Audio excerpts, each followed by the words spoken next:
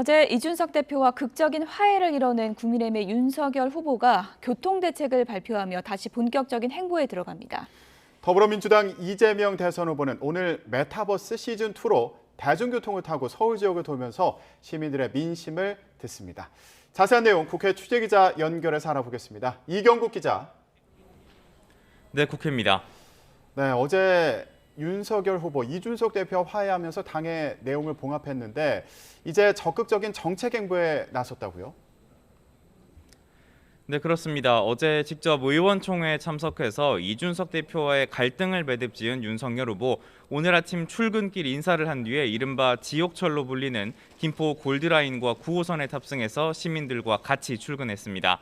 열악한 교통 상황으로 인한 시민들의 고충을 직접 들은 것으로 전해졌는데요. 윤 후보는 이를 해결하기 위해서 수도권 광역교통망의 필요성을 실감한다는 뜻을 밝히기도 했습니다.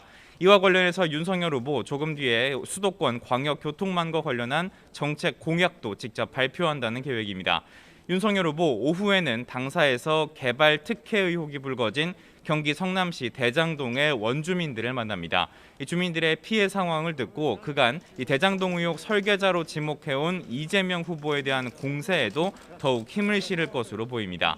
이에 앞서 윤석열 후보는 어제 이준석 대표와 함께 이 평택 냉동창고 화재로 순직한 소방관들의 빈소를 조문했는데요. 윤 후보는 오늘 SNS를 통해서 국가가 이들의 안전을 책임져야 한다며 최첨단 위치 추적 장치 완비를 약속하기도 했습니다. 극단으로 치닫던 당내 갈등을 풀어낸 뒤에 윤석열 후보는 본격적인 행보에 다시 나서는 모습인데요.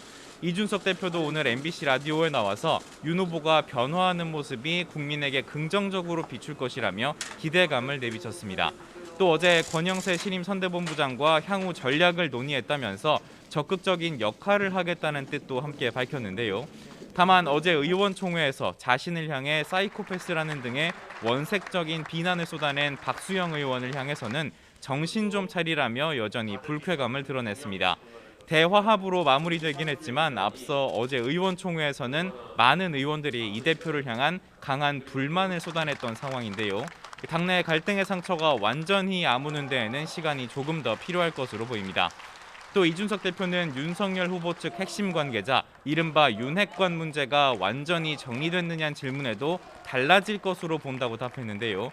윤 후보와 이준석 대표가 완전한 화학적 결합을 이뤄낼지는 조금 더 지켜봐야 할 것으로 보입니다.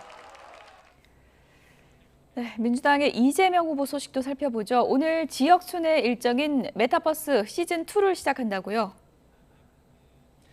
네, 그렇습니다. 일단 이재명 후보 지역 순회 일정 출발에 앞서서 평택 냉동창고 화재로 순직한 소방관들 빈소에 먼저 조문할 계획입니다. 앞서 이재명 후보는 어제 애도를 표하면서 소방공무원들이 안전하게 임무를 수행할 수 있도록 더욱 각별하게 챙길 거라는 뜻을 밝히기도 했습니다.